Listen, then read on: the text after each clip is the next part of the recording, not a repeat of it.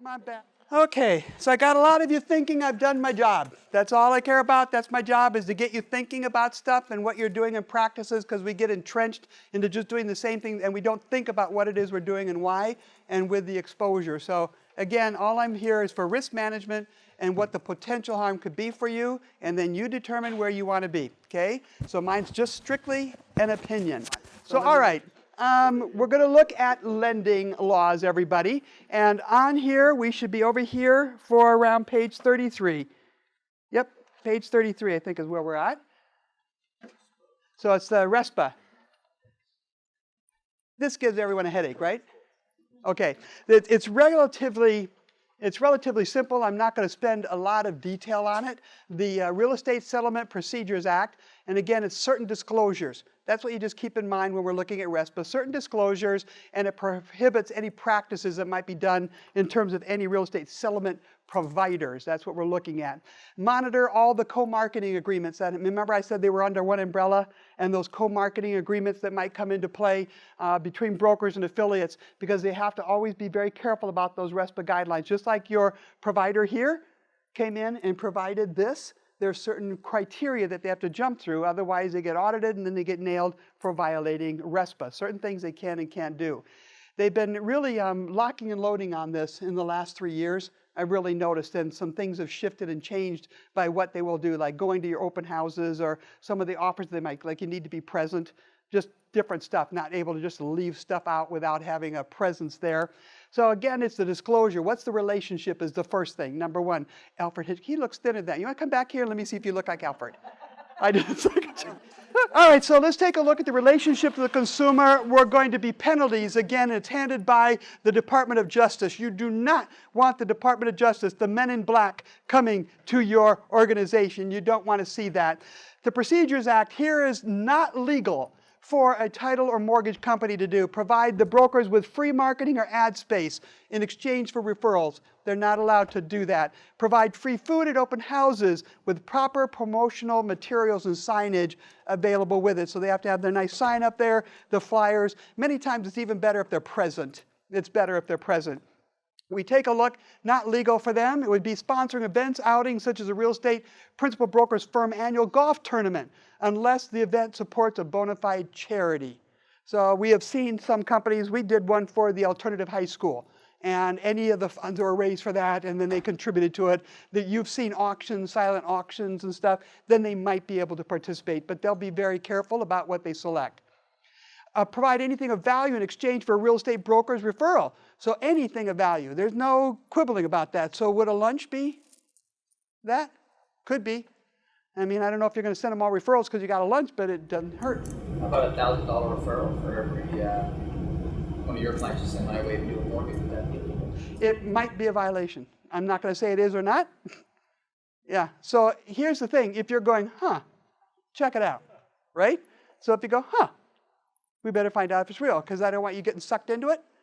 Next thing we look at, what do you need to ramp up in terms of education on RESPA? These were very simple, they're very generic, right?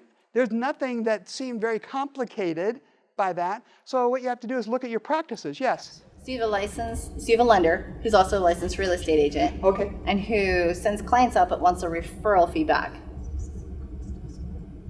Sends clients out to who? To different agents, but then wants that referral fee back because they're a licensed broker as well. I would have them probably talk to an attorney. That's what I would do, because that is a very gray area. What he's got is someone who's a real estate licensee who's also a lender. And then they go out and they send someone that maybe they provided a loan for or provided the application, and then they send it over to you and say, here, I want a referral fee to do that. So now what we've done is kind of a loop-de-loop. Whenever I say I have hives, and I go, ooh, no. My first reaction, gut reaction is don't do that. But there's two different hats, right? I don't like the two tied together. That's what bothers me. Yes? One of the real challenges we face is that we're dealing with multiple overseeing bodies. Yes. And in that particular case that I actually looked up last week for something else similar, but a different example, I'm pretty sure, is people refer to, I think it's ORS 896-290, which is who can get and receive a commission. That part he satisfies. But he's more than likely not, or she, compliant with the RESPA side of it. And we're not experts in RESPA. We're going to know about it. But a lot of times our agents or brokers will determine that it's okay because they only look at the real estate side of things and the agency side. Even if you call the agency goes, we see no problem. But we have to then take it to the next level. Well, what does the DOJ say? What does RESPA say? So we as brokers, principal brokers, have to be aware of the multiple authorities we need to be aware of that could ultimately, we could still end up in an orange jumpsuit if we get it wrong, even though it's not, the agency might say, yeah, you were fine, but that's a bigger thing. And lenders are prone to it. Do you know that I couldn't listen any further past the fact that you quoted what statute number it was? I was mesmerized by you. Weren't you? But you're absolutely correct. But he's absolutely correct. It's the marriage. Nah, I like that. You got to give credit where it's due. So we're talking about the marriage, right? Cause and effect, procuring cause. So it never would have happened if this hadn't happened and then it moved down this trail. That's why it makes me nervous. So you're absolutely correct in what you were stating there, and I really was mesmerized by that. Yes? So I have a broker in my office who is tied in with the National Referral Company, and this referral company offers loans, but then expects a 30% referral rate if they send them buyers. So that's exactly what you're talking about here. So Possibly, because hers was more specific that an application had been filled out and then a referral is made.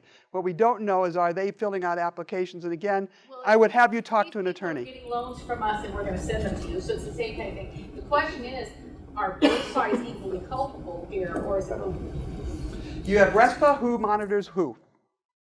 Lending entities and closing entities. We're monitored by Fair Housing, Antitrust, and all of the states and laws for the state of Oregon. So I think they're two separate issues, and that they're going to have to be investigated. I would double check.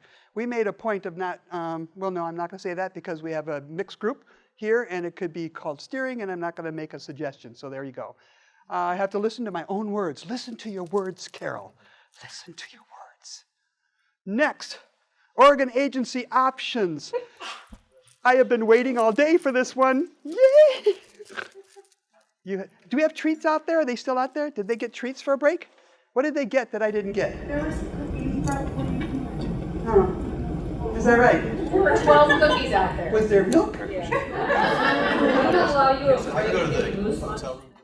Yes, I'm going to go get my Moose Crunch. See, yeah. All right, so here's what I'd like you to do, and it got pretty lively. It gets lively, especially the way I do this. So the thing is I just want you to think. I'm going to go back to origins of the purpose of agency, and then we take a look at what is allowed and what you can do and should do.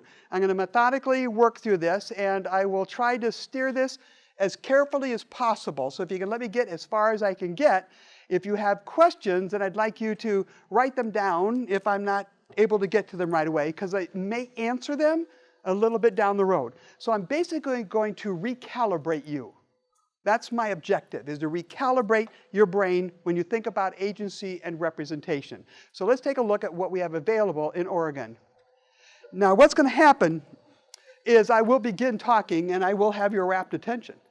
And, you know, sometimes I'll say something that gets a little startling, and that's okay, because my goal is I want you aware, I want you thinking about what I'm going to be talking about, and then, you know, sometimes it might get a little tense, and you're not going to be sure about how you want to respond to it, and you will. You want to say something, and you'll want to leap out of your seats, and the point will come is that maybe some of you may feel that I just went a little too far, and then, you know what, you're not going to be able to handle it, and I think you're just going to take off on me.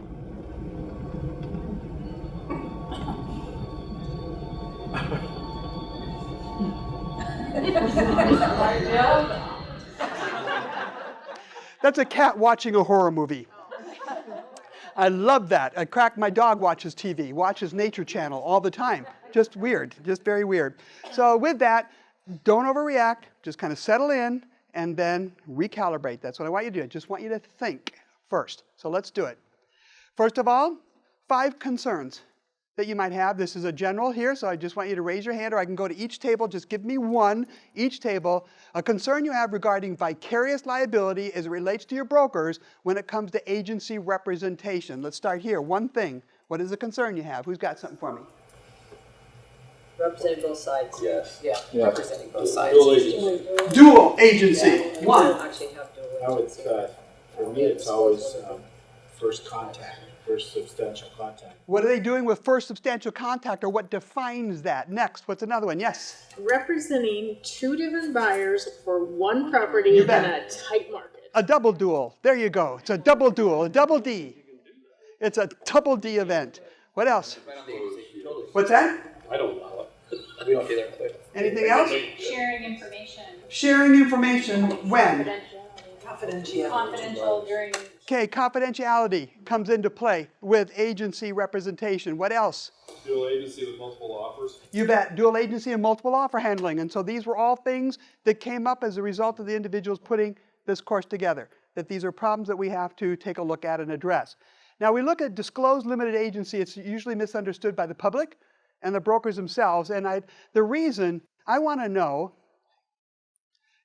3 reasons why it's good to be a disclosed dual agent. What would be 3 good reasons why it's beneficial to the public? So raise your hand and give me 3 good reasons. Who's got one? Yes. That the listing agent may have greater expertise than the average bear in that particular. There you go. So the listing agent may have more expertise. Maybe they are the mountain person and they really know what to go on with it. So it would be beneficial to that client to be dual. What else? 2 more reasons why it's beneficial to be a dual agent. Sometimes you get rid of the ego of another agent. Oh, okay. Sometimes you get rid of the ego from another agent. So who loves me better than me? I am awesome. So that's cool. Love it. Number 3. Can't answer it without violating the antitrust. Can't answer that without violating antitrust. That's called a callback. Yeah. And look at here. Look at me closely. So again, disclose. Some of you don't seem really thrilled by dual agency. You know that it is disappearing, and they have replaced it with transactional, which nobody understands. But that's a whole other thing. So let's move to the next one. I want to know why it creates problems. So let's see if there's more activity with that. What's that? Talking out of turn. Absolutely. Too much. Yes? You're not perceived as representing both clients. Well, you're not perceived as representing both clients well because you're not. We'll just add that in there. Yes? The majority of brokers don't understand the different levels of agency. They don't read the darn pamphlet. Okay. There's a lot to know there. If you know it, it can be done well. Yes. So again, they don't understand the agency and how that actually impacts and the nuances that tie into that, and that in reading the pamphlet. Public might be more informed. Yes? Fiduciary responsibility. A lot of agents, they want this dual situation because it lines their pockets. Yes. More so than protecting their clients and serving their clients' interests. Okay. So we're forgetting the absolute purpose of agency when commission starts stepping in. Yes? What we're seeing when we do listing agreements with people, we'll go to a listing appointment. Well, so-and-so came in and she said she would cut her commission if she did both sides. So they're not necessarily keeping that seller in mind when they're doing their job. It's if I can do both sides, I'll give you a cut in commission. That way you pay me the most. Right. And so that's what we're seeing a lot of. So it's personal profit, right? It's motivation. Personal motivation for doing could be a problem. I'll go here first and then back. Yes? Confidentiality. I see agents all the time when they're working both sides. They're giving up too much information from, oh, well, the seller said this and the buyer said that, and this is what's going on in the situations. Because they're being helpful. Yes, they're being Helpful. to both sides. So they don't know how to zip it. But that happens even without dual agency or limited agency. Yeah. They don't know. And one more right here. Yes? Just the difficulty in how do you handle a CMA for both, it's the same exact CMA, you're trying to help the seller to come up with the price they should come up with, the seller to come up with the price they should come up with, and literally it is the exact same as Okay. It is really a tough one. I have to stay completely out of, I'm sorry, I can't advise you on what you want to do money-wise on this because I right. know the other side. And normally I just give them some accounts. Okay. So we take a look. How many of you feel like dual agency ties your hands? Does it tie your hands a little bit? Do you find that your agents find it very difficult to understand dual agency and how it works? Well, I'm going to walk through some of the fundamentals. It's been laid out. Yes?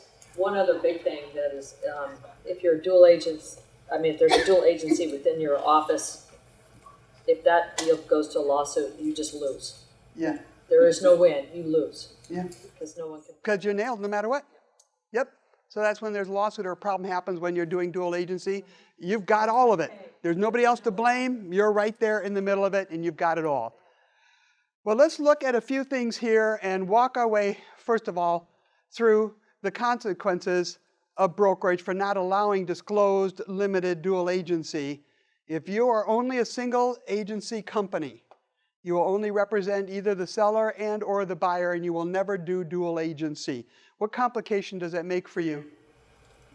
You represent sellers, you have to show them every possible listing that fits their criteria, and here might put you in a dual agency situation. Well, you wouldn't be able to show your own listings. Would that be correct? Correct.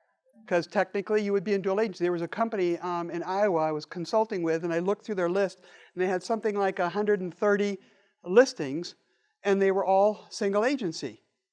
And I said, so where did the buyers come from? And they go, well, 95% of them came from us because we're a single agency company.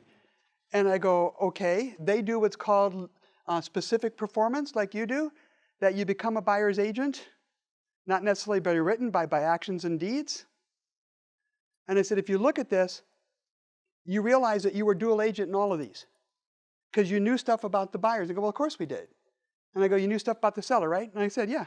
And I said, the law didn't require a written disclosure or representation agreement, so you have 95 to 120 transactions that were all dual agency. And she goes, well, let me call my attorney. She came back 20 minutes later, and she goes, I have to pray for 7 years that nobody comes forward to complain about representation. Because she said, I will lose. I will lose. And that's the harsh reality if you're not sure about what you're doing. She didn't mark them off as a customer, which was an option. She just screwed up. That's all she did. She just screwed up royally because she didn't understand her agency. Yes? In Oregon, it's important to be clear that dual agency is, well, first, there's no longer really a term here, but unto itself, it actually occurs depending on the role of principal Right. broker or broker. Right. So you typically wouldn't have an Right. agency or a company policy because... But you do have an option, which I uncovered with Jenny. So let me share that with you, because I found some things in the administrative rules. I read them. They're boring. Another issue is, even if I say I won't double into something, if we do only single agency, if I show 123 A Street, nobody in my office can show 123 A Street to any other client because we owe Single single agency to that client. We can't have anybody compete with, that buyer either. And this is where our dilemma comes from, right? And it's like, who are we representing? Are we going to harm them by our actions, or what we think would be a really good thing to do? And the worst problem in dual agency is, what if you don't know the other party? And so I'm just going to walk through some things here, and then we're going to wrap around at the end. I think it might make some things clear. So let's do, first of all, and again, this is strictly written from the administrative rules and guidelines and all of your agency criteria. So this is not my content. This belongs to the commission. Seller's agency requires a signed written listing agreement. So you can't say they're your seller without signing them. Would you agree? Signed listing agreement. So they're not your seller until they are on the dotted line, until the principal broker approves it. Is that not what you have here? So you better approve that listing, and now you are representing them, correct? But we developed an agency relationship with them before that. As soon as they start telling us. Under Oregon law, seller agency requires a written agreement. Am I correct, Jenny? They might be a potential client eventually, but that's part of the problem on the buyer side. You guys think everyone's a client just because you talk to them and send them some printouts. That does not make someone a client necessarily. Yeah. Anyway, whole other issue. So I'm going to talk about the seller. I'm tearing this down to the bare bones and making it as simple as I can. So in order to say they are your client and have an agency established relationship under Oregon, you must have a written agreement for a seller. So let's start there. Second, buyer's agency comes into play, and I'm going to talk about that in just a little bit if this will move forward. I'm being blocked for some reason. Disclosed limited agency requires signed written permission of the client prior to showing properties. Please see that clearly. What I see quite often when I'm auditing files is that permission to be a dual agent isn't signed until you write the offer up. Oh, some of you recognize that. Here's where the dilemma comes in, and let me be clear how this works. So, signed written permission prior to showing properties. If I'm going to represent a buyer, I'm going to represent my buyer right here. You and me, close buds, I'm going to take care of you. And I'm going to do all this, and you believe I'm going to be a trusted advisor, right? I'm going to negotiate in your behalf. I am going to be a Wolverine for you. You want to hire me? Cool, sweet, sweet. And so now I am hired for her. Now, I'm going to start showing you properties, and I need to explain to you, you have to recognize that under our company guidelines, I may not be able to show some of our company listings unless you give me permission to act on your behalf as well as the seller, because we have agreements to represent the seller fully. And what that means is I have to kind of keep my mouth shut. I can't give you recommendations on what to offer. I can't give you coaches on how to negotiate that deal. But I want to be able to show you these properties. And if you give me permission to be a dual agent, then I can show you these listings. Now, some of you aren't having that conversation, because here's what the reality is. You'll show her 3 company listings and 3 co-op. Will my behavior be different in a co-op? Here's non-company listings. Can I walk in with her and go, oh my Lord, this is ugly. Oh my Lord, you know, what kind of a place is this? It smells in here. Can I do that? I want you to think about that. Co-op listing, not represented by my company. I'm representing her hand in hand, skipping down the yellow brick road. I can talk about it. I can help her negotiate. I can say this is overpriced. Can I not have some of those conversations? Oh, look at that. We better do this inspection. Can I not do that as a buyer's agent? Yes or no? Okay, I'm getting blank looks, and I want to make sure if I'm getting blank looks from principal brokers, I am really scared. So here we go. So I do this. Now I'm going to take her into her company, my company listings. I have to tell her before I go in, I'm going to be a dual agent now. Remember, I'm going to happy to show you. I'm going to be able to point out things in the home, any adverse material facts I can, but I'm going to allow you plenty of time to do your own discovery. So I'm going to open up the door. I'm going to tell her before I go in because my behavior must change. There's a thing though. Yeah. If it's not my listing, in Oregon, you could have 2 agents in the same. Yes, that's called designated agency, and I'm familiar with that. But what if it's your own personal listing? Yeah. These are your own 3 personal listings, so I'll clarify even further. I just made the assumption, and I apologize for dual agency. You do have broad form ability to do whole company as dual, but nobody practices that in Oregon. Do you know that? You have the ability because Jenny and I looked that up and figured that out, right? Just nobody does it. It was in the administrative rules we found it. Words were English, but they didn't. Yeah, can you say? I'm sorry, my brain's like a computer, and that's just what it does. So let me just step back. You do designated agency. She's in dual on her own 3 listings. Would you agree that she has to change her behavior? Yes. Because anything she says that could be negative here could harm these people. Is that right? Yes. Okay, so there's a big difference in how I represent. The reason why procuring cause fails a lot is what if I never tell her about dual agency? I never explain it to her. And I act the same over here as I do over here. And I may know you guys, but see, it's all about the deal, isn't it? And I might know some stuff, and couldn't I do a wink and nod? Come on, this is probably going to work really well for you. And then you start negotiating because you want to be helpful, because you really need to get this thing sold, okay? And you want to be helpful, and you start letting things slip. And your whole behavior changes. You are walking lawsuits. And she could ask, if she decided that maybe she wanted to run these listings, couldn't she say, look, I need another agent to represent me? Is she better off with a buyer's agent, a true buyer's agent? Yes or no? Yes. Yes. Could she, it's consumer choice is what they call it. Under procuring costs, consumer choice. And if I never told her that my behavior changes, and then all of a sudden now she wants to write an offer. I never told her about dual agency, and I go, oh, I'm a dual agent here. And she goes, well, how much should I offer? And I go, I'm sorry, I can't tell you that. Because, I do represent these people too. She goes, what are you talking about? Well, can I do this? I'm sorry, I can't tell you that. And she's all flustered and furious. Why do you think some of them leave and don't do the offer and go find another agent from another company and say, here, you write the offer? And then that agent writes an offer on a home they never looked at, going in blind because they want to be fully represented. It's all about notification. So your agency status changes when you show from a co-op to your own personal listing, and you must get written permission from a buyer prior to showing properties. Just got to get it. It's right there in your rules. You understand that? And you're thinking procedurally you're having a headache right now. That's why I showed you the little cat with the squirrel. Remember that good feeling? Just remember that. So now, we don't want them backdating it, of course. It's all notification to the public. If you're going to do dual agency, get that permission. And with a dual agent, for a buyer, it's buyer specific. So it covers any in-house or personal listings that you might have. With a listing, it's property specific. Okay? So you have to get separate dual agency permission for every listing for that seller if you have several. It's not a blanket one, because it could change from one house to the next on permission. Because you get signed permission for dual agency in a listing, do you not? Yes? Okay. Why not do the same thing when you're listing a buyer? Because I use that term, listing a buyer. First time meeting with a buyer, you sit down and you take care of business right now. It's not necessarily committing you, you're just saying I will be a dual agent on my own listings and I want to know if that's okay or not. And if you say no, then I can't show you my 10 listings.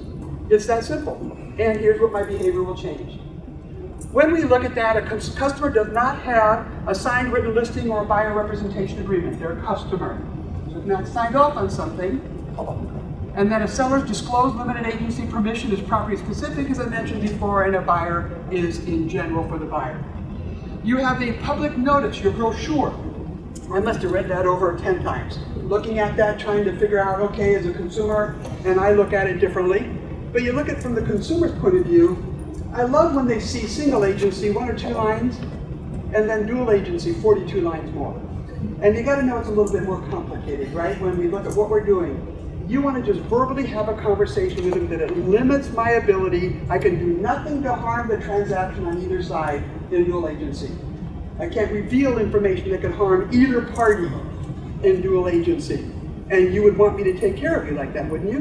Because what I do for them, I'm going to do for you as well. Dual agency takes practice. Dual agency, you have to know what you're doing. And you have to remember who you represent and where you are. All holds are barred when I'm here with the co-op. I got you like a Wolverine, like I said. Over here, I turn into like a pillow. I'm a pillow. Yep, I'm just going to kind of be there and I'm going to walk you through the transaction. So we represent, but we don't. That's my main take on agency for that. So with that, there's an applied application. So let's look at a few things here first of all. You know it's great exposure for a principal broker. These are walking lawsuit times. These are some of the biggest complaints come from representation issues that come up to the commission as well as to associations, and this is also consistent nationwide. You must receive, again, that initial agency disclosure pamphlet or letter. They have to have that. It is not setting representation. It is a notification menu. That's all it is. It's just telling you the options that might happen. When you look through it, designated agency is a joy. I have loved designated agency since 1993 when it was first introduced into Missouri, and I was the first buyer's agent in Kansas City, Missouri. And everyone thought, wow, you must be nuts to do that. And I go, no, because I must say when a house is ugly. I do. How many of you have trouble just not overreacting on a really ugly house? I mean, I do. So I can't shut my mouth up, and I know that. With that being said, designated agency, very simple. It's the most commonly practiced in Oregon. It's about access to information. And what I mean by that is you should only, in your office, you've got your principal managing, your principal broker here. I've got you designated to the sellers, and you're designated to buyers. On the listings, the only thing that would be in a public area for the buyer agents to look at would be like marketing materials, MLS, disclosures. Would that be correct? And then all of the other parts of the transaction that are private or confidential that could impact negotiations would be private and locked up that only the broker and any other designated people can look at. Would that be correct? That's why I say it's access to information. It tells me what kind of agency you're doing. If I walk in your files, if I can pull them out and I see everything in it, then you have a blanket office dual agency. Because everybody represents everybody all the time. And Oregon doesn't do that. We do designate. I just have a question for these folks. So now, practically speaking, with your SkySlope and your other review docs, there's your firewall, right? You don't have any physical anymore, enough. So it's That's nice. yeah, it's And really you're one of the helpful. few that we've seen that's reverted as much as Oregon has done. Because I've talked to several brokers here, and it's been astounding how much you actually do it here. Oh, well, and it's highly misunderstood among the agents, and the way that real estate agency, we don't even have that term in our statutes, but which is a whole other issue that I'm working with them on to clean up the statutes, because it is practice, it's what they do. But the agency doesn't use the term designated, so in their marketing tools and their education tools, it creates a lot of, it's been a recent hot topic between some agents in Oregon that I think don't understand, aren't really listening, regardless of what the statutes say. This is how the agency interprets it. This is what the law says. There is a provision in the rules that does call off designated agency, but not in the actual 696 portion. And there's going to be a revamp of the rules for clarity purposes. But I met with the commissioner and one of the staff people, and they said, we're just really busy, so we'll get to it soon. Like, it's like one change, and this time you just, but then we have to change every other rule where agency is, okay. You just plug in that, make it.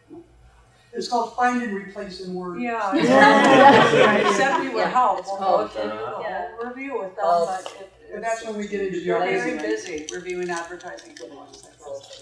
So if we have trouble taking a look at these things, the listing broker has the option of having the buyers designated to another broker within the company if the buyer doesn't consent to disclose limited agency, right? Do you do that very often? Within the company, there would still be disclosed limited agency. The principal broker would have it. No, not if there's two principal brokers. You can still absolutely do it. You can. That's what it says very specifically in the pamphlet. That's why I said earlier, principal broker that is, if there's more than one principal broker, there's always the opportunity to still have seller designated and buyer designated brokers. Because if you've got two separate principal brokers overseeing each party, if they're just as separate as if they were in different offices, so there's no commingling of any of the confidential information. And like I said, I'm just showing you what's in the statute.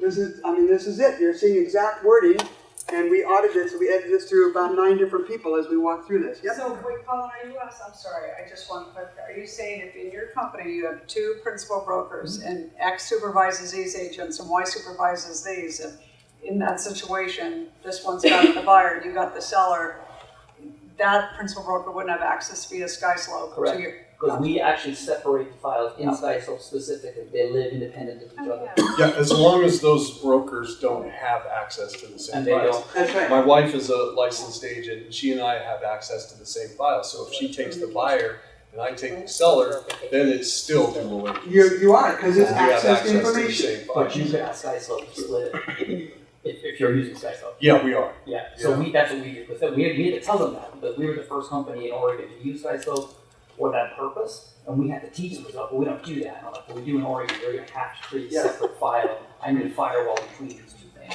Okay. And they did. And that's a good phrase. I like that term, firewall. And there's only one thing I can say to you: you may never sleep in the same bed with your wife again. Oh, it's I mean, I'm just saying. The dinner table's interesting. If you're caught in this sleep, that's always an interesting thing with married couples. I'm doing seriously, it really is. It takes a unique relationship, Yes. and not every marriage can handle it. But fortunately, Yay! All right, here we go. So access the information, strict protocols is the word I want you to use. What's said, what's shared, what can be in place, what's out there for the general public to look at. We want to make sure that we do that. Listing broker has to hold all the information confidential. Okay, it's other brokers in the office, maybe buyer representatives, and they could take that confidential information and just share it. So your cubicles, who's talking loud on stuff in the cubicle and someone walks by and they go, well, you will take a 20% if someone goes less, you'll do that? A buyer's agent can just take that info. yeah, I have a question to the room regarding that. I've seen a brokerage. I walked into a brokerage just north of our town, and it's open. It's everybody sits out there. I mean, I know you got your conference rooms that you can go lock in, but what if there's more than one negotiation that's taking place inside the brokerage at that point in time. I guess you go find a coffee shop somewhere, or what do you do? Sit in your car. Yeah. You sit in your car, you're talking Cantonese, whatever works. So technically, though, all I'm just saying is anything that's said there is open game, because now it's out in the air, and if they overhear it, the buyer's agent can go take a loan. And if you think, well, that's not fair and they can't do it, sorry, that's what you picked. You're a designated agency, and it's about keeping that access to information.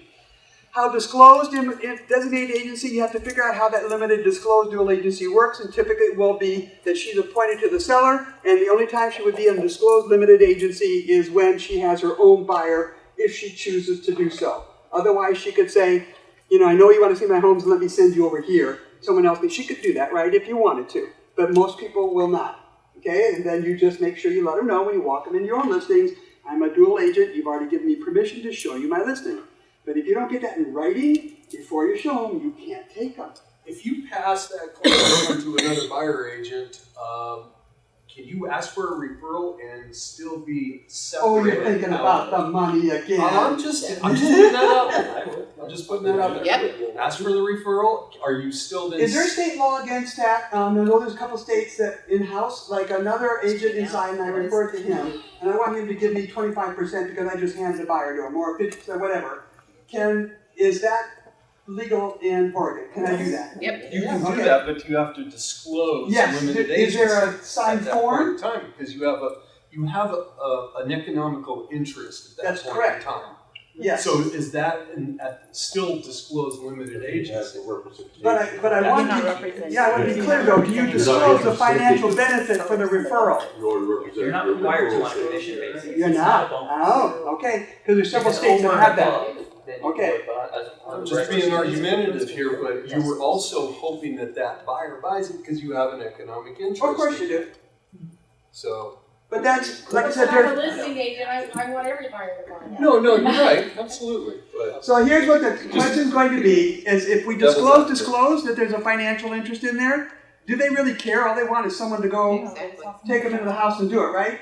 Or they may, and if they do care, then you say, well, then you can find someone else. It's that simple, but I'm a big believer in disclosure. Big believer. I don't like being surprised. Never have. Well, the problem is you refer them to that other broker, and then you get multiple offers that are basically equal, but one of them you have an additional interest. I want you to learn to set money aside. You think about the person that's in front of you and the deal and what's fair and who do you represent. Money is irrelevant. Take care of the person first before you ever worry about the money, and you will make a phenomenal real estate career. So when we look at that, just keep it simple and keep the money out of it. And that was my cat talking. Okay. Now, when we take a look at a couple of things here, you've got compliance paperwork that's in play, which I just talked to you about. You've got conversations that you have to be careful on where you're having them and how you're having them. Handling of open houses. Here's something where people don't understand. There is a interesting situation.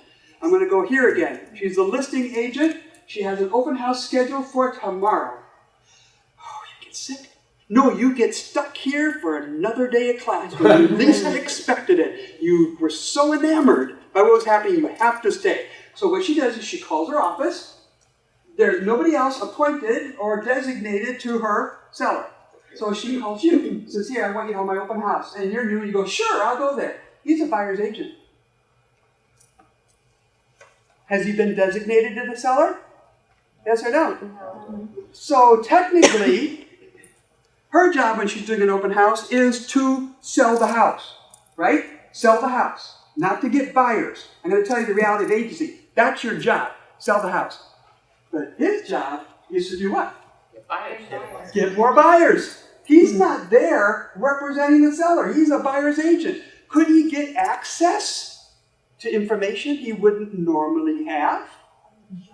Sure. Are there like people who snoop, who like to look through papers? He doesn't do that. Look at that face. He would never. Well, I don't think it would be that. It would be that. It would be the seller being on site telling them information. Okay. So how many of you are switching it up that you would designate him to represent the seller, and then he has to hold that status for the duration of the listing?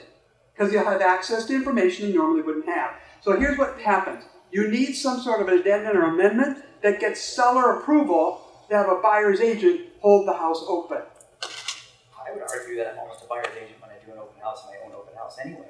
I'm not trying to. I'm trying to sell the house. Oh, but I may not be trying to sell it to you because it may not be the house for you. Oh, and wait, I want wait, to make wait. sure that I show you the other house. No. So let me roll back.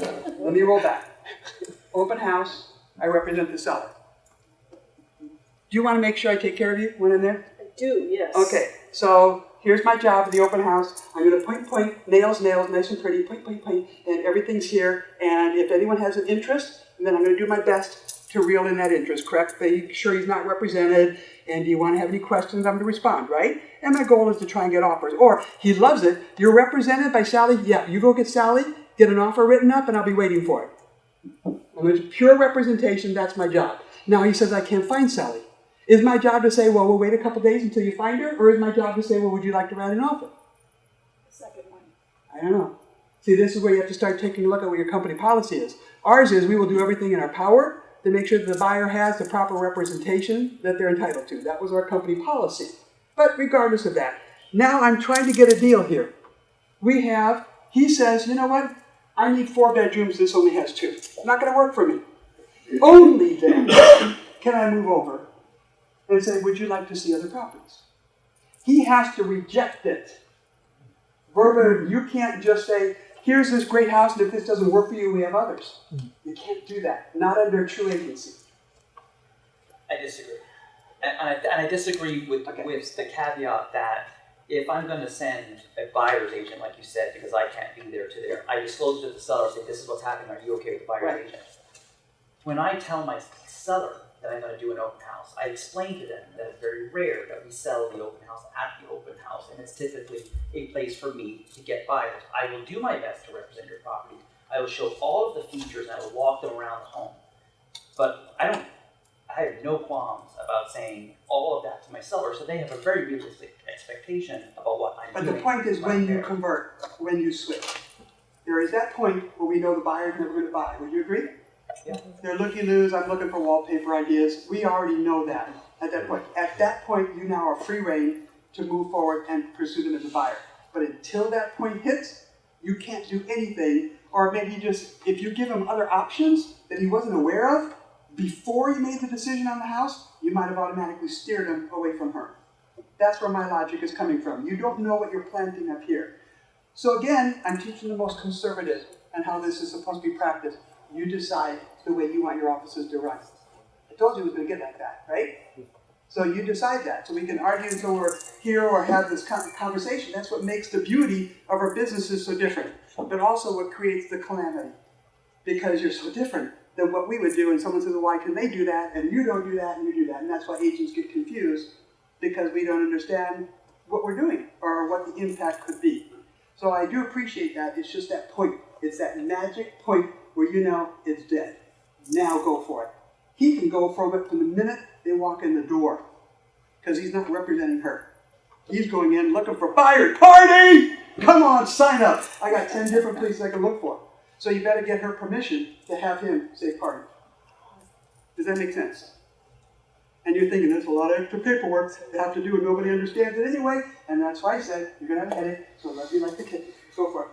Well, do you think, I mean, as much as I don't love agreeing with Colin, in that scenario, just there was a few variations. Which one, buyer's agent or? No, initially, Susie Jones is going to come in from listing brokers office and do the open house. That's more sub-agency to me. So they come in, they're representing the seller, and then buyer, of course they're looking for buyers. If the buyer buys that house, that's better, because it makes their job easier. And if buyer walks in, likes that house, wants to buy that house, it's a dual agency situation. Of course it is. Right now, but if they're already represented Because I thought by, you said it was true, they were. if they give you motivation, money, what else? There's 3 of them. Reveal confidential information that could compromise their negotiation ability. Isn't it those? Which is why it stays as a sub-agency. I mean, they're there representing the seller, I think. I mean, You're talking about the non-listing agent? No. Yeah, whoever's in there doing the open house for them. Wasn't that the scenario that some of their agents coming in and doing? Yeah. Okay. But if he's a buyer's agent, he's not a dual agent under designated because it's not his seller. So he's not under dual. Except he's in there doing an open house, the real estate agency would clearly, you are there representing the seller. I mean, you're not, in there, there's no buyer in the world that's gonna walk in and think I mean, they don't even understand. But this is what I'm saying, this is what I've been talking about with the commissions and the Rillo and the whole 9 yards. That's where there's the hole missing. There's a hole missing because he has a status of a buyer's agent. He has not been designated to the seller. It's this small piece that's missing that gives him access to information for the seller, therefore with a representation right. See, I think that most in the real world, I think if I'm a listing agent and I get some other agent to cover my open house, what we're expecting to happen is they're looking for buyers, and if a buyer says they're going to buy it, they're going to represent the buyer and I'm going to represent the seller.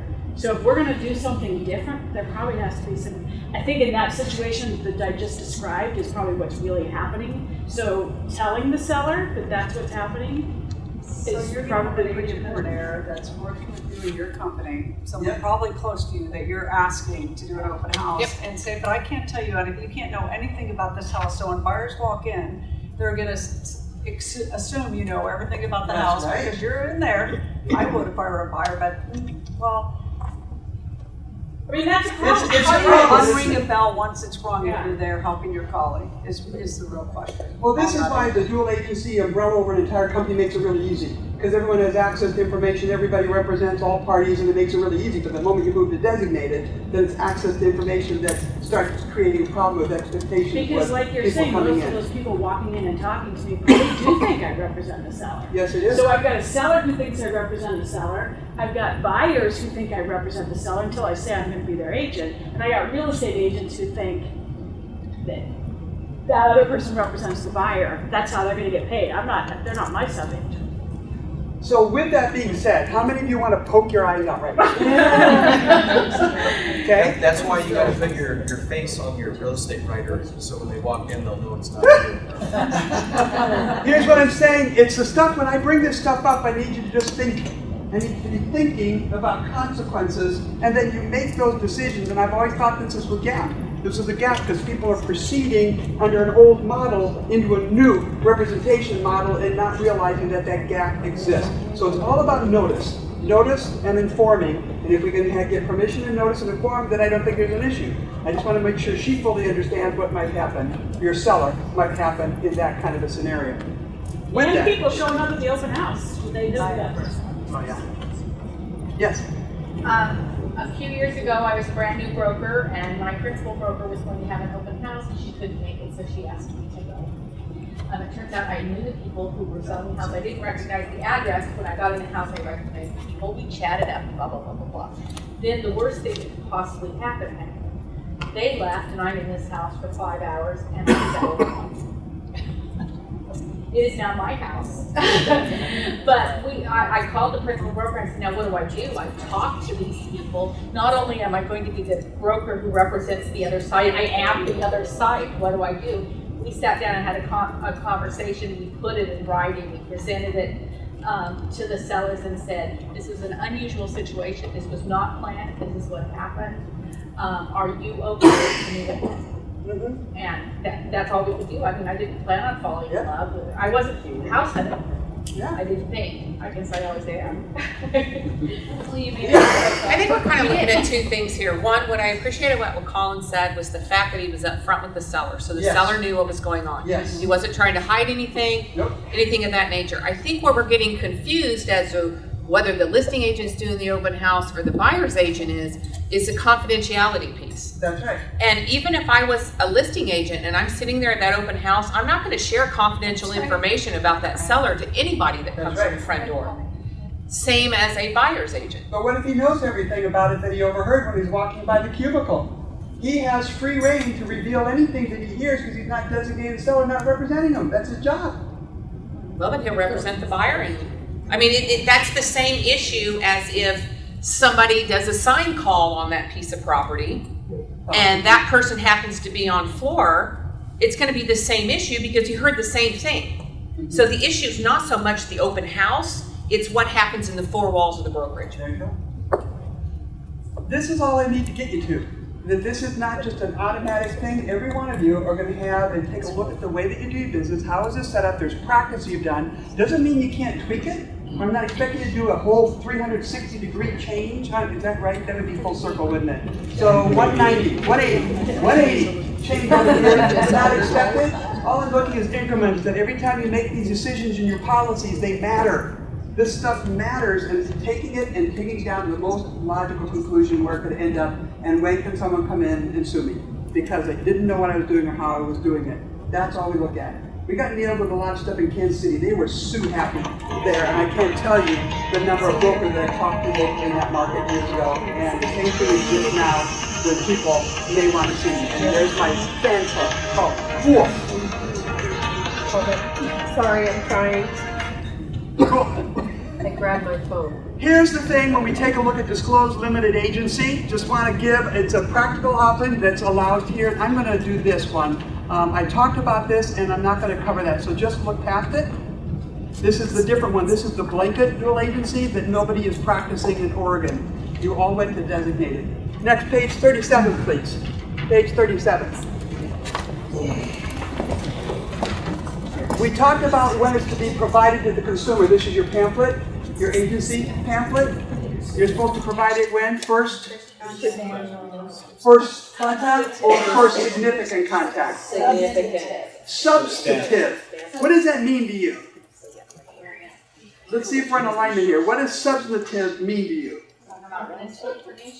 Okay, so you receive confidential information. They're saying, I need to find a home because I'm relocating here from Kansas City and I need to have it by the end of the weekend. Would that be, I'm in a rush, okay? It actually says now when they first meet you. It does. When they first Meet you. First meeting. Yeah. First it's not contact. substantive contact. No, it's meet. They got Absolutely rid meet. of the word substantive? Yes.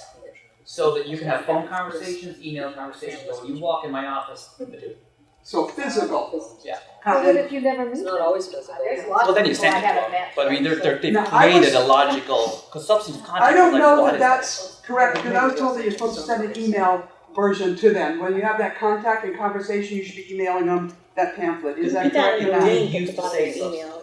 Yeah. It no longer says.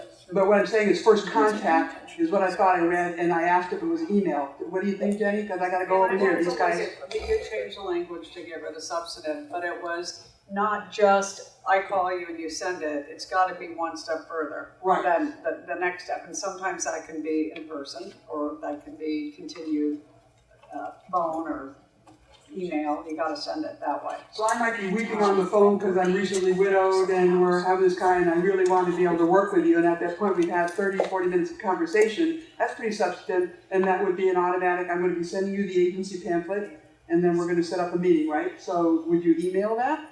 Are you doing that? Because you can. Because sometimes what the problem was is before, call, I want to know about your listing, blah, blah, blah, and you never hear from them No, again. You're that's- not going to that's send them administrative. the agency pamphlet, right? No. So it's beyond just talking to them.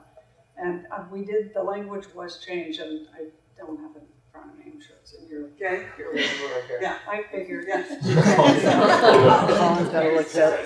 The decision says first contact means when you have enough contact information about the person to be able to provide the pamphlet. Okay. To be able to provide that. Yeah. You need their phone numbers, or emails, follow, that's a little. So how do you want to err on this? Isn't that what it kind of boils down to? Yeah. So why not, if it's a little too much, you email the pamphlet. So what, that's my practice, right? I send it to you and it got a receipt or whatever on there, cool. What's that gonna hurt for you to do that? So that's the decisions that you make so that you don't end up with this questionable area, especially if you're audited and say, did they ever get it, ever see it or not? So most of these, I know in Missouri, in the Iowa market where I practiced, we always had to have them sign off and check off on the pamphlet. There were signatures involved. And then, so that made it a lot more difficult. And you had to do more hoops to jump through. Now, buyer representation agreement. Buyer representation agreement. When should that be signed by the customer and the client? Before you go show property. Yeah, If you're gonna use good it. idea. What's that? If you use it. If you use it. So, why don't you use? I don't suppose we can't discuss whether or not we use it. Oh, well, I'm going to ask a general question. Buyer representation agreement. is now where I'm going to lock and load on my customer client. Hello. Hi there. You're going over there. Thank you. Hello. What's your first name? Mark. Martin? Mark. Mark. Is it John? I'm Fred. Colin. So I want him and I want to work. How many of you are teaching your agents to do a buyer meeting? That they can do a ministerial act and show a list and they call down. And now they say, you're really cool and I want to work with you. First thing you do is you got to come back to my office. I'm going to sit down, I'm going to educate you. I'm going to do just like I would on a listing, and I'm going to inform you. I'm going to do all those steps that you encourage, that we slow it down so that we can review carefully what's going on. So now I'm talking with you and I'm going to share about confidentiality. It goes to my grave. So whatever you share, you haven't signed anything with me yet. He shares confidential information. So now I kind of technically become a buyer's agent, do I not? Because now I know stuff that I wouldn't have known. But why do you get a buyer representation agreement signed? Why do you want one? Why do you get one signed? And I'll tell you why I get one signed. You want what? You want money? You silly people. So let me ask you, how many of you will sue a buyer for the commission? We've tried it. I didn't see you leaping up out of your seats. There is no way to win that one in the court of public opinion. You might win it in law, There you but not go. in public opinion. So it's blah, blah, blah, blah, blah. You know that evil agent didn't get their job done, went after so-and-so. Mark hates my face. He's going to tell everybody he knows, at least 20 people. It's usually documented. When you hate someone, you tell 20 people. When you like someone, you tell 3. How unfortunate. That's actually been measured, and I don't know. Did they measure all the people in the world? I don't know. But they measured some people. So now he hates my face, and I'm going to sue him. And everybody's going to avoid me like no one's business because I didn't do my job or whatever it might be. So we don't. But they don't want to sign it because they're worried about doing what? What is a buyer worried they're going to have to do? Pay a commission. And so now you're at complete cross odds. I'm going to make a suggestion. Jenny doesn't know this is coming out of my mouth. So you stand up and you tell me, I do this on purpose sometimes. So since this is being filmed, and then you can edit it out later saying, no, don't ever let anybody else in this room hear this. Here's what we did, because I talked to a couple attorneys locally, and I've talked to at least 7 others in other states, and I've had them attend in all 50 states where I represent this. A buyer representation means that I'm obligated to show you the best house possible for the amount of money you want to pay. Would that be an agreement? As long as it's not your listing. Yeah. It's not my listing. So I'm like, okay, I'll take that. So it's single agency, and I'm going to find the best house possible. Typically, under agency, that means I must go, where's the first place I go to find a house to show them? MLS. I also have to go where? FSBO. FSBO, for sale by owner. Expired. Foreclosures. And maybe New construction. Knock on doors. I should go accost people over at the 7-Eleven and say, I have a buyer that needs a house and he needs it badly. My job is to work hard for him to find the perfect house. And we know the reality is, let me get really clear here. 99.9% of the agents will only look where? MLS. Now the problem is, and let me share with you what happened to a friend of mine. This is why I have such great passion and why you see me so animated so late in the day. My friend shows a home in Kansas City market, takes Mark to this house, and he has a spouse. Love it. Are you married? No. Okay, that, you know, for now, you are, and you can experience the terror of being married, okay? So here we go. They find this home, and here's what it is. Figure $175,000. Oh, lovely home. It's, you know, it's brand new construction. It's kind of got vinyl on the floor in a very small lot against a busy street. And this agent who worked this neighborhood, knew it very well, showed him this house, and they fell in love with it, made a full price offer, and they moved in, and they gave rave reviews to my friend and her broker. Except the problem is, 3 days later after they moved in, someone knocks on their door, and it's a husband and wife, and they just said, you know, you just moved here. And they go, yeah, we did. And they said, well, we're wondering why you didn't see our house. And they go, what? And they go, well, our house is 2 blocks over there. Your agent actually met with us a couple weeks ago. We're for sale by owner, 2 blocks away. You know, would you help us out a little bit? Because we're trying to figure out why our house isn't sold. would you come with us to go look at our house? Because I think you'll find something interesting. And they did. So he takes this couple, goes with the for sale by owner 2 blocks over. The home is the exact same floor design. It's only 6 months old. They got relocated unexpectedly. They had custom blinds everywhere. They've got almost a half-an-acre lot in a very private wooded area that has a wood fence all the way around it. Same square footage, $10,000 less than what they paid here. They went under offer with the for sale by owner, saying subject to getting a complete and full release, because our buyer's agent should have shown this home. They knew about it, they interviewed on it, and it'll be subject to getting a full release on the other one and getting reimbursed for this home. They went back and sued my friend. It didn't even go to court. The attorney said, you screwed up. You messed up. You should have showed them that property because it was the right one to show regardless of whether commission was going to be paid or not, because that's your job. Now, you think this gets really gnarly? They ended up with a company rebuying that house back for $175,000, paying them back for all the inspections that they did. And I mean, it was done like that, and then they moved into the other home. You want to have that kind of exciting thing happen to you in representation? So here's how I use the buyer representation agreement. I've done it, all my agents did it this way. Whether you like it or not, I'm going to give you something to noodle on. And if this is something where you go, you could do the same thing, cold technique. I suspect collusion. No. So here's what I did. Buyer agency representation agreement, I will say I will show in this county. I'm going to show county. I'm going to show residential, agricultural, or commercial properties. I don't describe the type of home. I will put down the listing or what the period of the buyer representation agreement will be. So I will look on an average days or search time for me, and I will put that down, and this is what we will work on for me being your buyer's agent. Now let's go ahead and move into this category that says broker responsibility. In the agreements that I've seen, many things they will say, broker responsibility is fund the best house possible, they'll use their best efforts. I will cross that out, and everyone will initial. In the open space, it's on almost every single broker representation agreement I've seen, buyer rep agreement, I will write that agent or Carol Murray will show active MLS listings only. That's what I'll show, that fit the parameters of what I've listed here. And then I say to them, I want you to understand, here's the way it's going to work. If you do see a for sale by owner, let me know about it.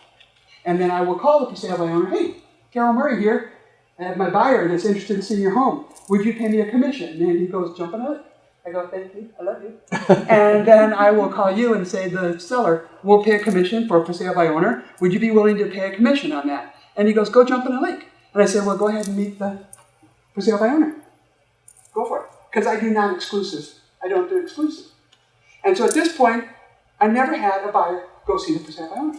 They said, why don't we just look a little further? Here's what will happen. Because when you build a relationship that's like this, when they trust you, they value your opinion, and you're locked and loaded only in his interests, that's how it's usually going to work. And even if he does move on, you go, congratulations. I'm so glad you found something to do. Because it's not about the money. It's about him finding the home that works for him. So now what I did was I just limited all that other stuff that he could hold me accountable for, where the house might end up in my lap. But then let's get to the commission piece. As a broker, we went in and we created a drive-around fee. Look, your eyeballs are going, arr. I got paid 3 times by people who came in and said, you know, you got to go tell Joe, sorry, but I went back to the open house and I went ahead and went under offer with the listing agent. Here's the drive-around fee. And then if they bought a home with the broker, then it would be applied towards anything in the escrow account. But we called it a drive-around fee, and we set whatever fee we felt like it needed to be. It was so unintimidating. And so they can work with any other agents that they want. It's non-exclusive. But it locks and loads, and that drive-around fee on the homes that I showed you. The homes that I show you. Do you know how unthreatening that gets? But I'm limiting my liability was the main reason why I had him sign the form. That's why I did it, not to get paid. All right, blow me apart. What if I felt that you didn't show me another house that was in the multiple listing service that I thought might have been better for me than the one you sold? At that point, if I didn't show you enough in the multiple listing, but see, you're usually with me. When I do MLS searches, I have you there with me, and we start picking them together. You're with me like this. I would work with you on join.me, and you'd be online with me, and I'd be showing my search and go, what do you think? What do you think? And then we'd be selecting things together. That's just what I did. Yes. Okay, I may be really unpopular at this point, but I understand that our jobs are about finding the house or selling the house. Yeah. And they are our jobs. Yeah. That's how we earn our living. Yes. So it's pretty hard for me to walk away after I've spent months and months when somebody decides to go with a FSBO or something to that effect. And what I'm hearing from you is, it's not about the money, da-da-da. Yeah. So I don't know how to reconcile that. This is how I earn my living. And what happens is I feel that all of a sudden the focus becomes on you. And that is a concern, right? So here's what I'm going to do, and this wasn't planned because I think you need it. Thanks. Just Go ahead. Have him turn off the video on the camera. I fully appreciate that. I do, I fully appreciate it. But when we start going after each other like sharks and we start worrying, you know that when there's more anxiety that comes up, can people read anxiety and panic? So what happens when you read anxiety and panic from somebody else? They see a loss of confidence in competence. It's like you never let them see you sweat. I'm hoping to heaven he doesn't go to the FSBO. You think I enjoy not getting the commission? That's not the deal. But the odds are is once you start thinking in terms of taking care of someone and truly understanding what they need and value. So let me do this, and I'll have to probably make up some of this tomorrow and I'll edit out some stuff. So here's what I'm going to do. We have a lot of buyers that crash and burn. And I'm finding that one thing that doesn't happen with our agents is they don't interview properly. They don't do this buyer interview properly to lock and load. So I'm going to give you an opportunity to interview me. And here's how this is going to work. I'm going to give you truthful answers to your questions. You will be allowed to ask me 10 closed questions. I'm going off script and I'm sorry, but I feel the need. I feel the need! 10 closed questions with which I will answer yes, no, or 2 or 3 words. You may only ask one question a person. I don't want it all dominating, so I'll go from, here, just raise your hand, 10 closed questions, and I will answer that. Then I will ask you to keep track of what I tell you, and then I want you to tell me what I told you. Then I'm going to give you the opportunity to ask 10 open questions. Here's the caveat. You need to learn my secret. I'm going to share something with you, but you got to learn my secret, and you have to ask the right question in the right way for me to answer you. And if you do that, I will send you a lovely gift certificate. A lovely one. I will tell you, I've been doing this for 15 years, and no one has ever asked the right question to have me respond to this. And you're not allowed to say, Carol, what's the question we should be asking?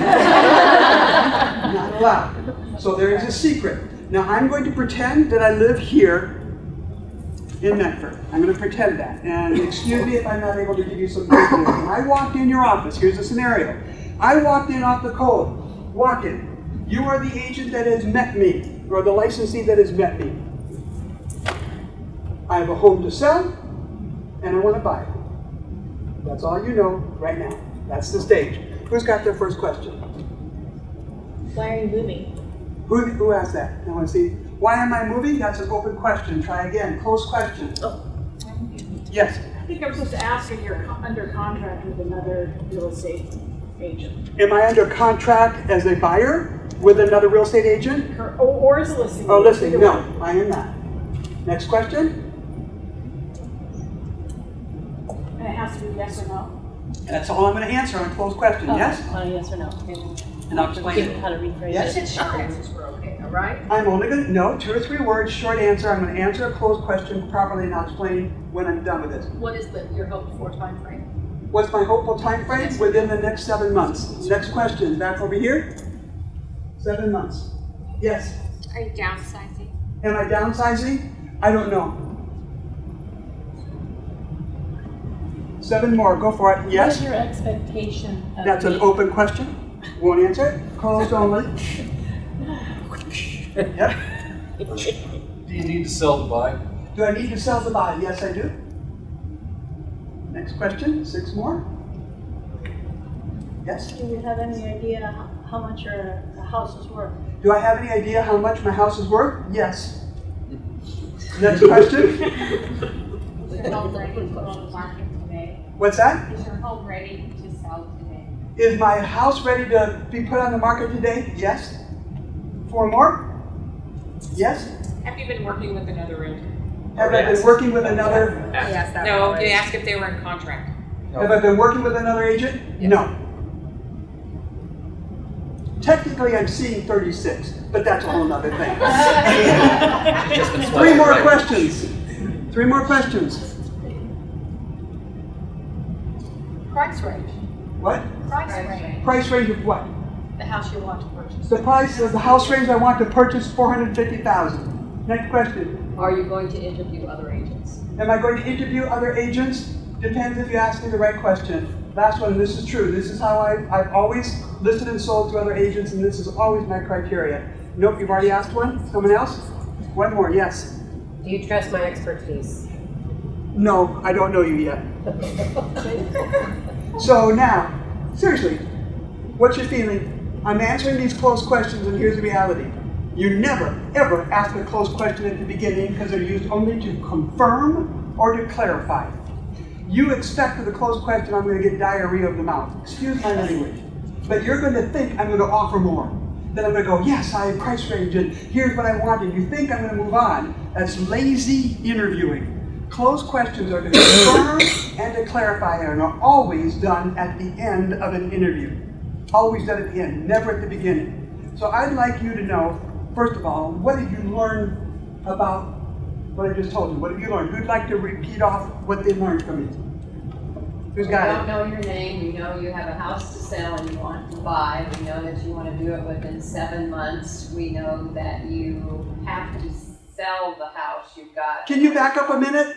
I have to do it within 7 months, or I want to do it within 7 months? Want to do it. Yes, I wanted to clarify that. Yes, next?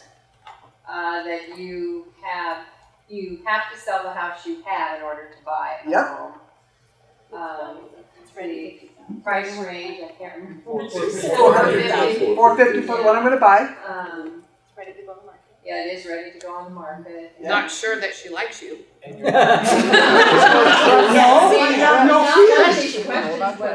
Seriously. Establishing a relationship. Nothing did. That closed questions don't, do they? Right. You can't relate to me with closed questions, especially if I'm not going to be forthcoming with that, and I don't know you, and I haven't interviewed you enough, so I will be honest and go, I don't know. You feel warm toward the That's person right. either. I mean, it's just not. I'm a very warm person, but it's like you asked, and I'm going to tell you. No, I don't know you. So how can I make that decision unless I've interviewed you? So now that we've done the 10 questions, this is what have you learned about me? Nothing about me. And this gets down to where everything hits the road, especially if you want successful closing, go over and above and beyond taking a look at commissions. 10 opportunities to ask an open-ended question, and I will respond honestly as if I was interviewing you right now today with my home. But I will use a previous home because there's a reason for that, so let me explain it. So who's got first open question for me? Yes? Where is your home located and what's the size of it? Okay, that's called doubling down. So, yeah, don't ever do that. You ask one question, wait for the answer. So, which one do you want me to answer? Where is your home located? And that would be more of a closed question. Yes. Yeah. Because I can just tell you 123 Station Street, that's where it is. So, rephrase your question. What do you want to know? This would be the hardest lesson to I want you to come back to me. Cause okay, go here. What do you like most about the house that you live in? What do I like the most about my house? Absolutely nothing. Nothing. Absolutely nothing, and that's all I can tell you. I like nothing about it. Next now question. Can I ask why you're moving? Okay, you want to know why I'm moving? So the reason why I'm moving, so thank you for that, is I'm moving because I want to do new construction, and that's what I want. I want new construction. That's why I'm moving. Next question, yes? What are you looking for in the agent that you hire? What am I looking for in an agent? First of all, you have to ask me a question that will help me reveal my secret. And I would tell you that. You got to ask me the right question. That's the first thing. But number one, I need someone that I don't do open houses. travel a lot, and I need to be able to be in my home. Number two, I want them to be highly technically savvy, that they understand that they understand confidentiality, and they truly understand the nature of representation and negotiation. That's important to me, and we'll get to that later as we have our conversation. That's question number 4. What's number 5? Tell me about any experiences you've had before selling your home. Tell me about any experiences I've had before in terms of selling my home. Since I have owned 9 homes, I've moved 17 times in 44 years of marriage. They've been bad. I'll give you an example. Oh, I don't want to do that one. She should have been jailed for that.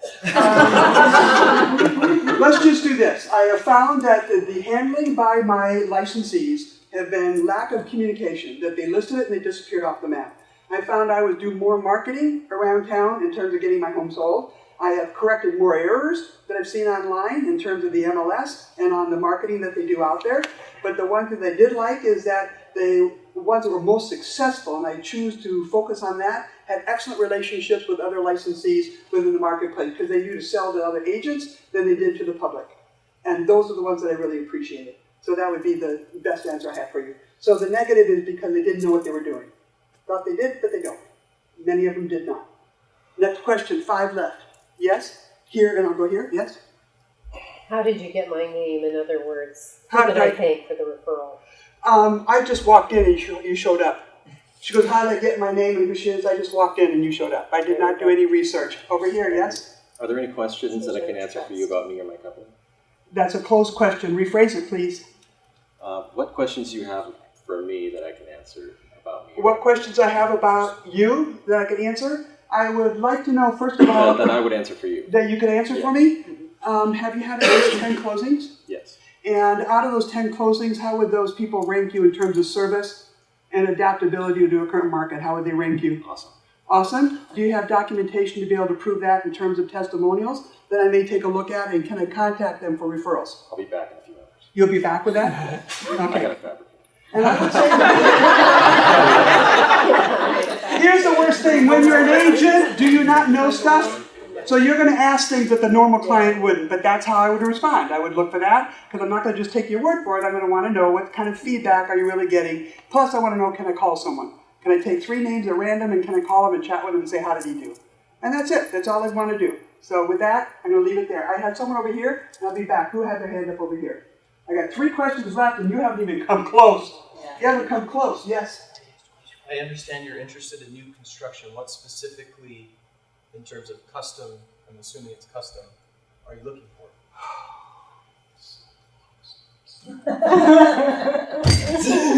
All right, his question was, you're interested in new construction, and what things are you specifically interested in terms of the custom design? What I'd like to do is have at least 3 to 4 bedrooms. I don't mind having a slab home, that's fine. I want a lot of space, a lot of storage. I like tall ceilings. I need to be in a nice nature area. If I have a cougar going through my yard, I would be the happiest woman in the world. I want nature coming into my home, okay? So that's kind of what I'm looking for, but the new construction, a good, solid, reputable builder, that's important to me. So thank you very much. You got 2 questions left, that's it. I'm gonna go here and I'll go there. Yes. Have you ever worked in a disclosed limited agent or dual agent That's capacity? a closed question. Rephrase your question. What experience do you have working with a dual agent or disclosed limited agency? What experience do I have working with a dual agent or disclosed dual agents? I don't allow dual agency. So I've never worked with one, and no one's worked with me in that capacity. I don't allow it. You don't allow it? No, I do not. Okay? Last question. This is for the money, people. This is big, the pressure. Just think about it. I gave you already a hint. I mean, come on. That was really close.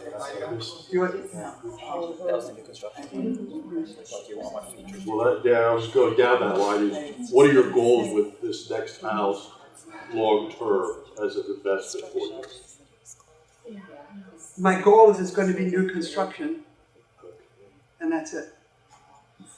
Financial does not move into it. I have no financial needs with it. It needs to be new You don't construction. care if it No, I don't. does anything No. other than a general No, I don't. new house. Okay.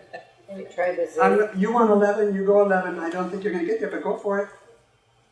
I'm gonna ask you if you cared that nobody asked you your name, and would you have time to sit down and talk about how I can help you? I found that kind of interesting, but nobody asked that, yeah. We already knew your name. But you already know my name when I came in, but you didn't ask it. So here's what I'm going to ask you. Why didn't any of you, how many times did I mention new construction? Think about it. How many times? I counted. 5 times. Why do I want new construction? You tell me. What's wrong with your house? What's that? What's wrong with your house? What's wrong with my house? Your house. My house that I'm in? Uh-huh. So maybe problems with the previous house and I never want to deal with it. That's not it. What else? What would be a You wanted a reason? reputable builder, so I think you had some kind of defect. Okay, so maybe a defect in what was good. No, that's not close. What else do you mean? Come on. Disabled? What? You're disabled and need. I'm disabled. I have issues, but So you need special- no. a So special maybe training. handicap. We call our house the dead end, by the way, because that's our last home we're going to die in. So it's called the dead end. I've had 5 of Our those. builder was mortified. But there you go. But no, that's not it. Come on, come You on. want a custom house? No, that's not it. Good thing to have it. What else? Come on. Is the question about at the house? Why do I want new construction? Energy efficient? And nope, not that. Come I've had on. bad experience with old houses. What's that? Bad experience with older houses. It'll last longer. Or more. But maybe environmental. No. You No. want No. what you want. What? You want it exactly as you want it. No. You want the dead end house, so the newer it is, the longer it'll last, before you have to do any maintenance. So you don't have No. to ever sell or move it. What would make you happy? She goes, please! So here's what I'm going to tell you. I'm going to share it with you, and I'm going to tell you why I learned this lesson in my second year as being a real estate licensing, which I should have known, having been a human resource manager for years, the power of the question why. You ask, why is new construction so important to you? It's simply this. I am Polish Gypsy. My husband is very Scottish. We have very superstitious beliefs that when you move into a home that people have lived in before, their energy pervades and is within the home. Therefore, it is a house. It is a house that doesn't have me in it. When I move into new construction, I can imbue it with all the love and the feeling and the joy that our family experiences, and it's just a belief for both my husband and I. So the home that we bought in Waterloo, Iowa was resale. It was a house. We lived there 14 years and we never brought anyone into our house because it wasn't our home. It didn't feel like home. In fact, my husband sent me on the road training as much as I could to get me out of the house. It wasn't haunted. It wasn't any of that stuff. It's just the belief it was never home. Would you please help me find a home? Could you do that for me? Sure. That's why. And I never learned the power of that until I met Tony. Tony's in Kansas City. He's this panic man that stands about this tall, and he's a very wealthy man, very wealthy man. He had about a $750,000 home to sell. I was very aware of who he was, being in the Chamber of Commerce, and he called me to his home. His lovely daughter and the 2 little kids are in the room, and I said, hey, Tony, let's get ready, let's go. And he goes, okay, come on, Carol, hurry up. Let's get the paperwork done. 750 sounds good to me. And he goes, let's hurry up because I want to buy the house. It's 2 blocks down the road there. And I went, okay, and we're writing the paperwork, and he's talking at me. Fast, let's hurry up, come on, let's get it done. That house is on the market 2 blocks down the road. And now, see, I knew this house. It was owned by a jerk. Do you know jerk sellers? Let me use that term. You can maybe put that frame of reference. He was vile. He was a vile man, not liked in town. He had the house overpriced by $200,000 because he thought it was worth it. He thought it was a palace. I knew it was way overpriced. And finally, I said, Tony, why do I have to rush this and what's so important? I finally asked why. The house down the street. And he stopped. And now the wife stops and looks at me and her eyes got really big and he goes, Carol, I came to Kansas City from Mexico and I didn't speak English. And I came here legally. And I started working on lawns. And he was one of the first homes that I worked on. And the guy, the way he treated me and the language that he used with me, he wanted to create a little driveway statuette. If I just stand there like that, he would make one that would look like me. He'd come and pat me on the head and say disparaging things about me all the time. He said, I worked hard to learn English. And he said, I built my business up. This man wouldn't even let us use the bathroom. I had to walk 3 blocks to the closest convenience because he didn't want dirty little Mexicans going to the bathroom in his home. But you know, you take what you can get. And I tell you, I worked my rear end off, and I now have 50 people working for me across Kansas City area. I am doing lawns on about 1,000 different properties, and I am going to own that house, and I'm going to sit down across the table, and I'm going to have him look at me and say, hello. Is that good enough for you? Yes. Chills. Wife's crying. He is so angry the veins are sticking out of his neck. And then I did my Polish thing. I said, Tony, why would you put the loves of your life in a home that's only filled with hate? She starts sobbing. And I said, I got a better idea. And he goes, what? I said, well, you have one objective. I said, you know the house across the cul-de-sac is for sale. A lot of them are tear-downs. You could tear down that $200,000 house, build the one that you want right across the street, and you can go get the paper every morning and say hello.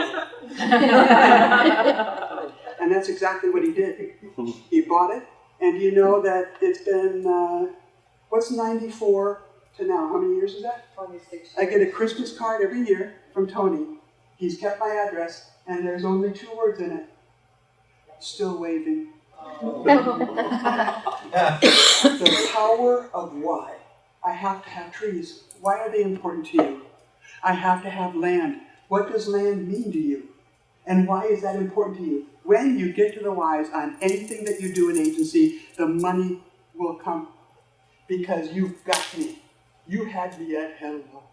All right? So as soon as you asked why, Carol, you were so close. But you put your assumptions in right away. We insert ourselves first on what we think rather than having silence and waiting for them to tell you. Would that make sense? So with agency, I can't stress it whether how you do it technically or whether there is the emotional and the representative aspect of agency in any way that you look at it. So are we okay with that? You guys all right? Was that okay that I did that? I don't do it normally that often in something like this, but I just felt that we get down to the path of getting beyond the technology aspect of it and take a look at the emotional relationship aspect of agency. So thriving careers for all of you and your people when they believe. And that's what we go for. I really care. So that's my rationale. Okay. Yes? To me, I think that you just nailed why it's really important that in this electronic age that we live and work in, we cannot lose sight of the face-to-face relationship building that is going to bring not only you, but your clients success and happiness. It's one of the biggest concerns of brokers across the country. Getting too far apart, too distant, and it gets difficult. So we have our technology to keep high touch and high tech can do that. So again, whatever you can do to keep that connection would be great. So hang in there, everybody. We have about 6 minutes left because we cut off the break at lunch, and I'm going to let you out a little bit earlier. So I just want to make sure that I point out, we've already talked about this, we've done that. You're going to talk about your company policy, which we'll get in tomorrow. I want to do a quick sprint on misrepresentation in real estate, and then we're going to carry on with a few things tomorrow morning because we have a little bit of a carryover, because there's a few things in misrepresentation I want to make sure we cover. Misrepresentation.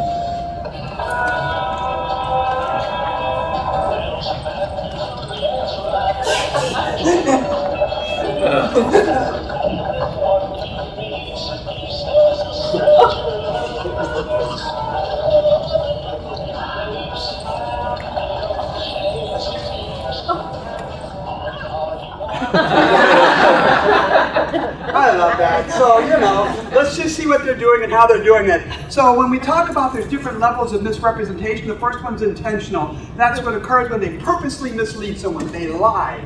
Let me just be blunt. You lie. That is misrepresentation. We look at negligent is when you don't take the care that you should. You're saying stuff, you're making verbal warranties that you have no idea. You just do it to move the thing along. Has it ever had water in the basement? No, I'm sure it hasn't. And then the buyer relies on that, and there's been water, and you didn't do your research. So you want to be careful with that. Innocent misrepresentation is when you had reasonable ground to believe that it was true at the time that the representation was made. So this is maybe you thought you did your research, you thought you were right, but you were still wrong. And this is the least likely one to get you in trouble. Because probably if you're wrong, everybody else is wrong. One that we had was permastone. Do you have that here? Permastone, fake brick in the front of homes. Do you have that? Oh, yeah. No? Fake stone. Fake? You just call it fake stone? So it's called permastone in my market.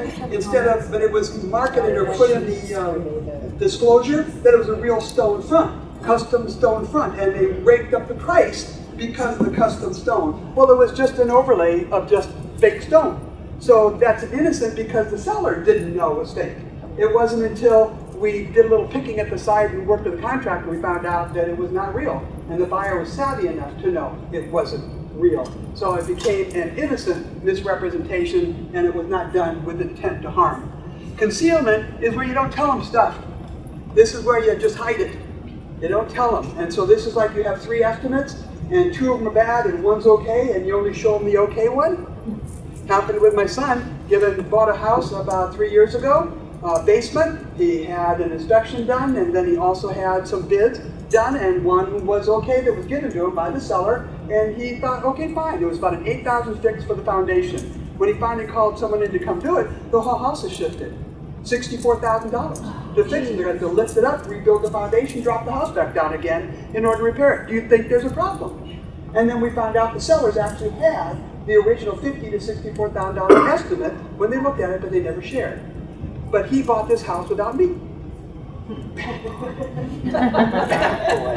And he can't even talk to me about it because he knows he never had me check stuff out for him. Next, refraining from disclosure or not telling or hindering or covering something up. So again, it's to keep them from learning a fact that might make them not want to move forward with the purchase. Top claims against the brokers: fraud, breach of your fiduciary responsibilities, contract violations, negligence, you didn't use reasonable care. Again, we look at damage to property, like an appraisal or inspecting a home and then they mess something up in the property itself. Misrepresenting property conditions, damage, or value that was done. Big one is roofs. You have problems with roofs out here where they've already been damaged, they take the insurance proceeds, spend it on something else, and they never repaired the roof. Do you have that happen here a lot? It happens a lot in the Midwest. I don't know why. They just think, well, it just looks ugly. And then they take that $15,000 or whatever. But the thing is, there's something called a clue report. So everything that's done, they can go back and research and find out that they got the money and the roof is not insurable anymore. Can't insure it until it's been replaced. So disputes over escrow and down payments have been issues. So when we come back tomorrow morning, what we're going to do is we're going to take a look at a couple case studies. I'll pick the couple most favorite ones that we have. And with that, please go get energized. Thank you very much for your time. And you have evaluations. Oh.